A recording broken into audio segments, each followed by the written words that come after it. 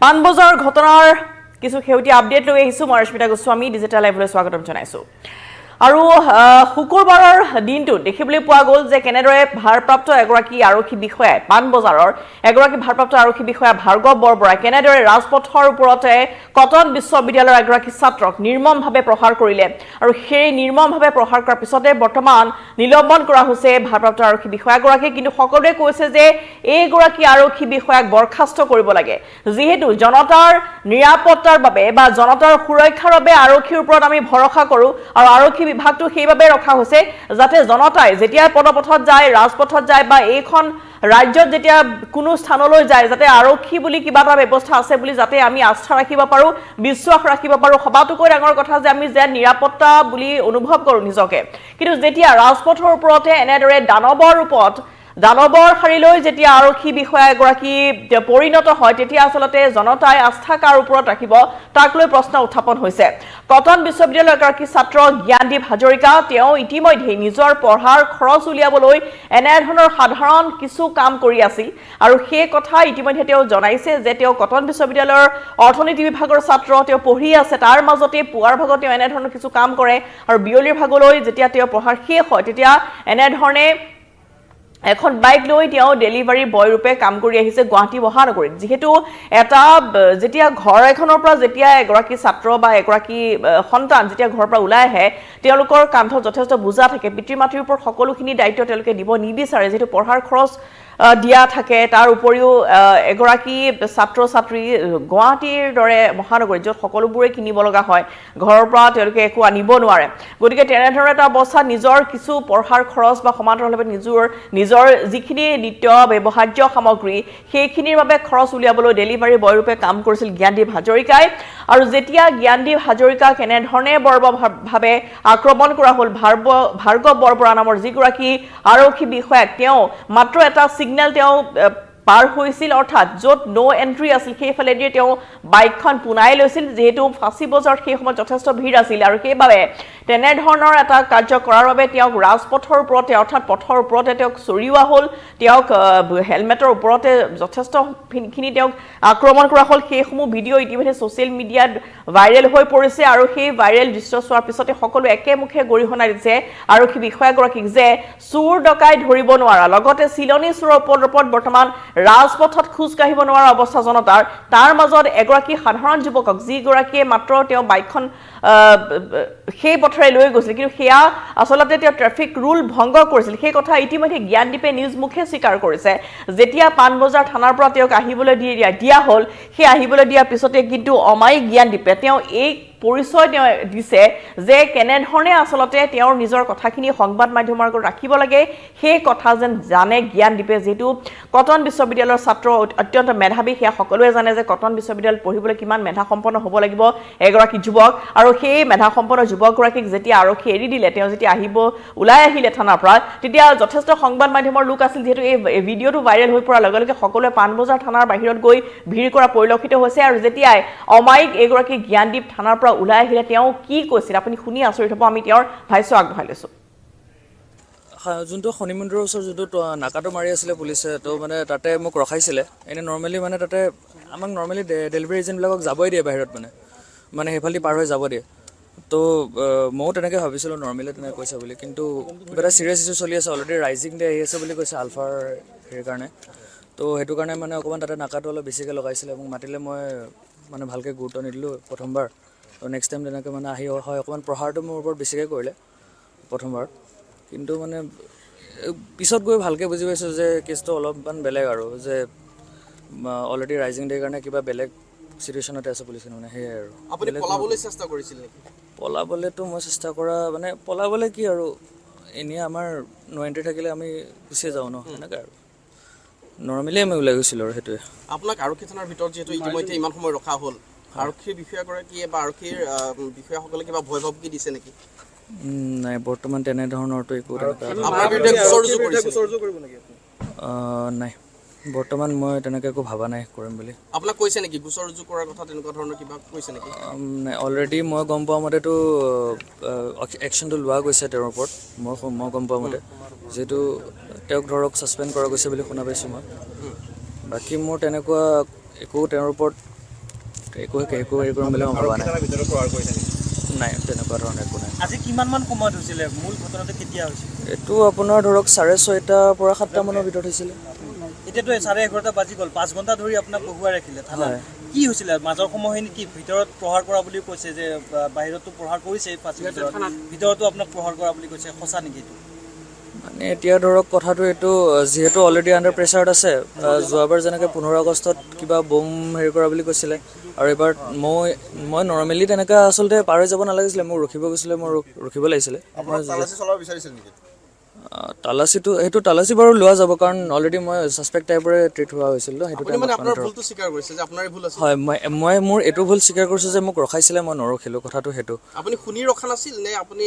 শুনাৰ পিছতো আচলতে আপুনি গুচি গৈছিল নাই প্ৰথমবাৰ মই শুনিছিলোঁ কিন্তু মই ভাবিছিলোঁ চাগে নৰ্মেলি কিবা কৈছে কাৰণ নৰ্মেলি তেনেকৈ আমাক কয়ে মানে তাৰপিছতো হ'লেও একো নাই দে যা ডেলিভাৰী এজনী ইয়াতে নহ'লে এক পাক ঘূৰি আহিব লগা হয় আমাৰ মানে তেনেকুৱা তো আমাক বেছিকেলি আমাক যাব দিয়ে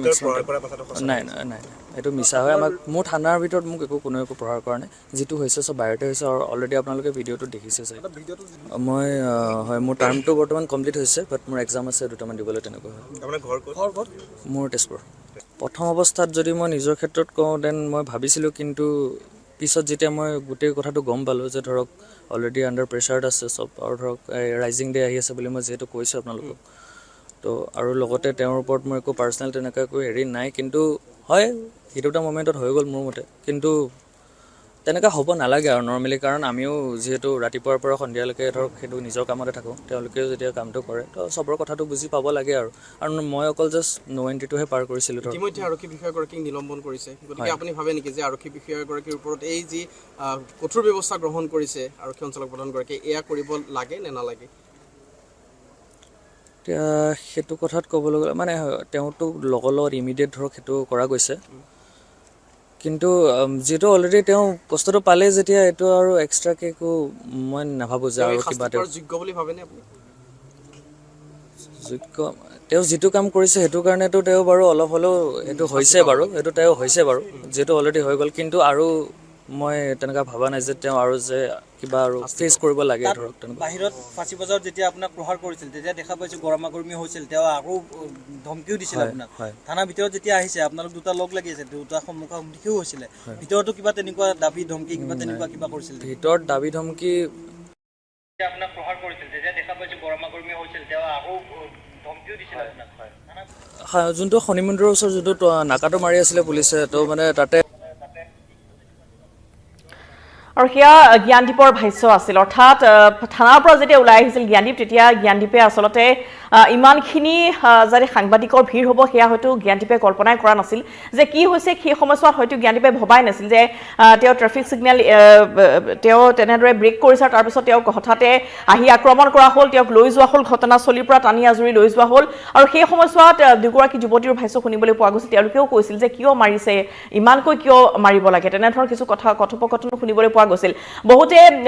তেওঁলোকৰ কমেণ্টছ দিছে মই এটা দুটা পঢ়ি দিব বিচাৰিছোঁ জ্ঞানদীপ হাজৰিকাৰ সন্দৰ্ভত প্ৰশান্ত গগৈ নামৰ এগৰাকীয়ে লিখিছে যে কটনৰ অৰ্থনীতিৰ ছাত্ৰ হয় জ্ঞানদীপ অৰ্থনীতিৰ ছাত্ৰ ঘৰ তেজপুৰত ঘৰত মাতৃ আৰু ভণ্টি আছে আৰ্থিক দৈন্যতাৰ বাবে পিতৃহাৰা জ্ঞানদীপে ফুড ডেলিভাৰী কৰাৰ লগতে ছুইগি ৰেপিড' চলাই নিজৰ খৰচ উলিয়াই নো এণ্ট্ৰিত প্ৰৱেশ কৰাটো জ্ঞানদীপৰ ভুল আছিল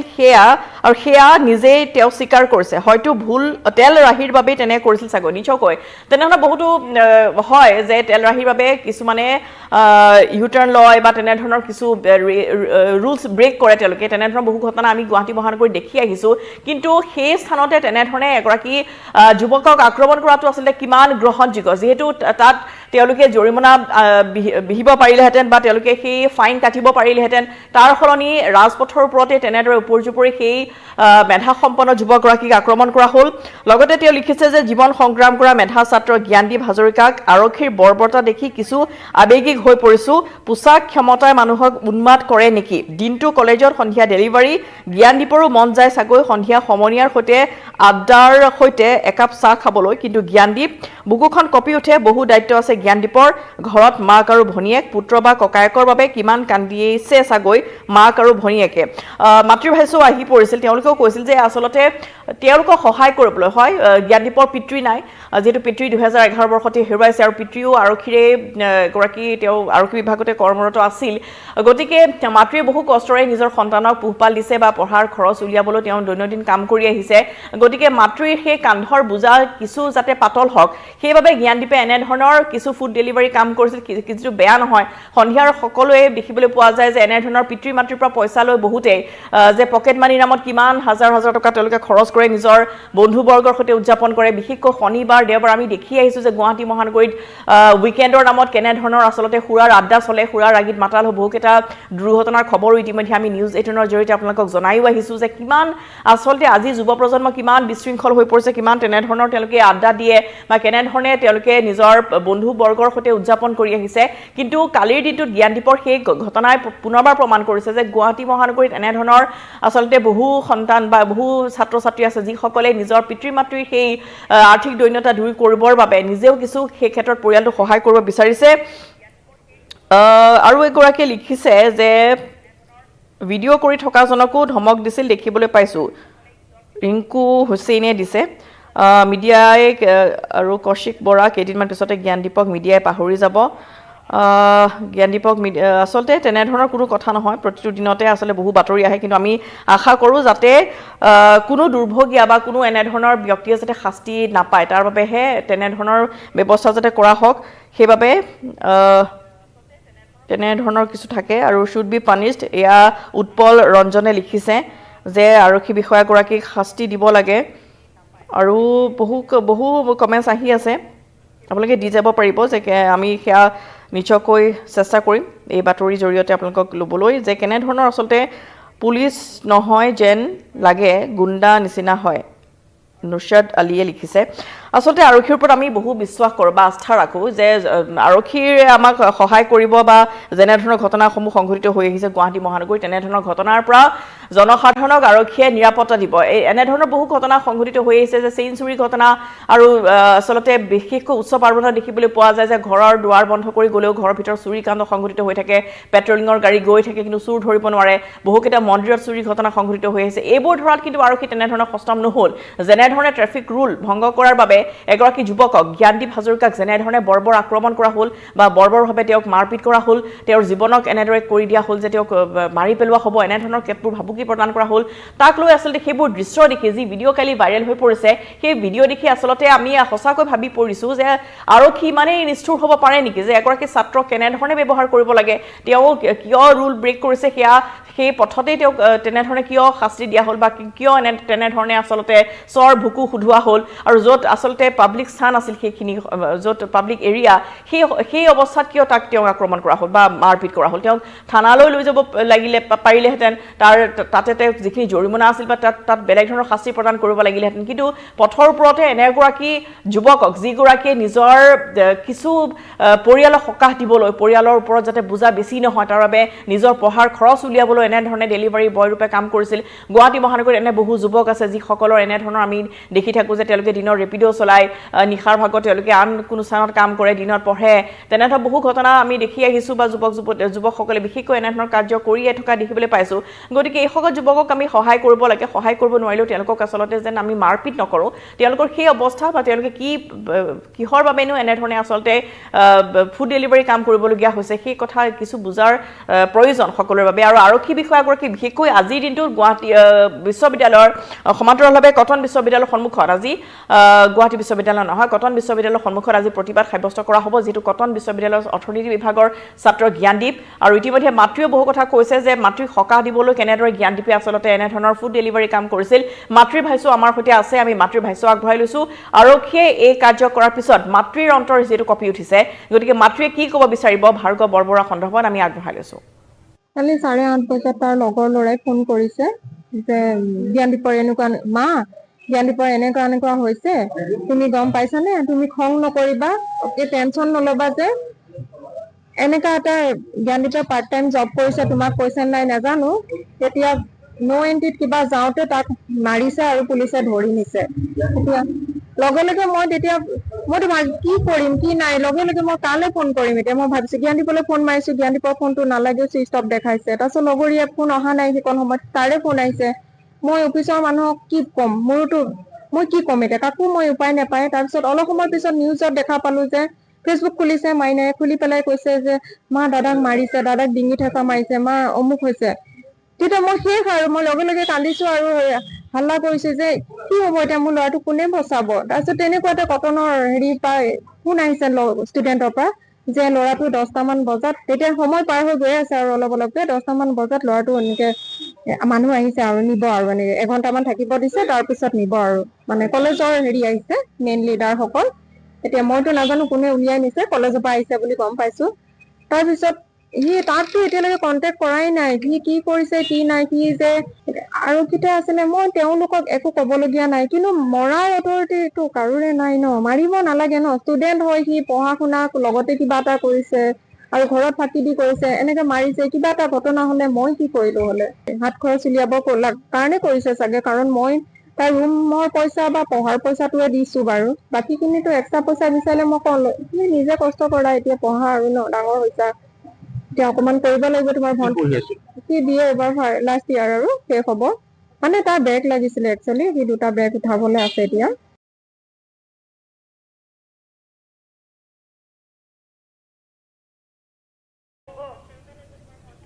আৰু সেয়া মাতৃৰ ভাষ্য আছিল। মাতৃয়ে ইতিমধ্যে কৈছে যে আচলতে এনেধৰণৰ যেতিয়া বাতৰি তেওঁ শুনিছে, তেতিয়া লগে লগে মাতৃৰ বুকু কঁপি উঠিছে যে কিহৰ বাবে এগৰাকী আৰক্ষীয়ে এনেদৰে প্ৰহাৰ কৰিবলগীয়া হ'ল তেওঁৰ সন্তানক। তাক লৈ তেওঁ বিবুধিৰ পৰা পৰিলক্ষিত হৈছে। গতিকে বহুতে লিখিছে, বহুতে কমেণ্টছত দিছে যে এইজন ধীৰেন পলে লিখিছে এই পুলিচজনক চাকৰিৰ পৰা অৱসৰ দিব লাগে। পিংকী হাজৰিকাই লিখিছে ধিক এইজন অসম আৰক্ষী, নিষ্ঠুৰ হৃদয় এইজনৰ। পংকজ কলিতাই লিখিছে নিলম্বন নহয় বৰখাস্ত কৰিব লাগে। এয়া আচলতে আব্দুল জলিলে লিখিছে আৰক্ষীজনক চাকৰিৰ পৰা বৰখাস্ত কৰি চাকৰিটো জ্ঞানদীপক দিব লাগে, লগতে আৰক্ষীজনৰ বিৰুদ্ধে আইনী ব্যৱস্থা ল'ব লাগে। বীৰেন ডেকাইও লিখিছে যে গুণ্ডা সদৃশ আৰক্ষীৰ নামৰ কলংক বিষয়াজনক একেবাৰে ছাটাই কৰিব লাগে। বহুতে এনেধৰণৰ অভিযোগ আনিছে যে আৰক্ষী বিষয়া হৈ এনেধৰণৰ গুণ্ডাগিৰি বা যেনেধৰণৰ দম্ভালি তেওঁ মাৰিলে ৰাজপথত, সেয়া কেতিয়াও গ্ৰহণযোগ্য হ'ব নোৱাৰে। তেওঁক দেখি কোনো জনসাধাৰণে কেতিয়াও যে আমি সুৰক্ষিত সেয়া কেতিয়াও অনুভৱ কৰিব নোৱাৰে। অন্তত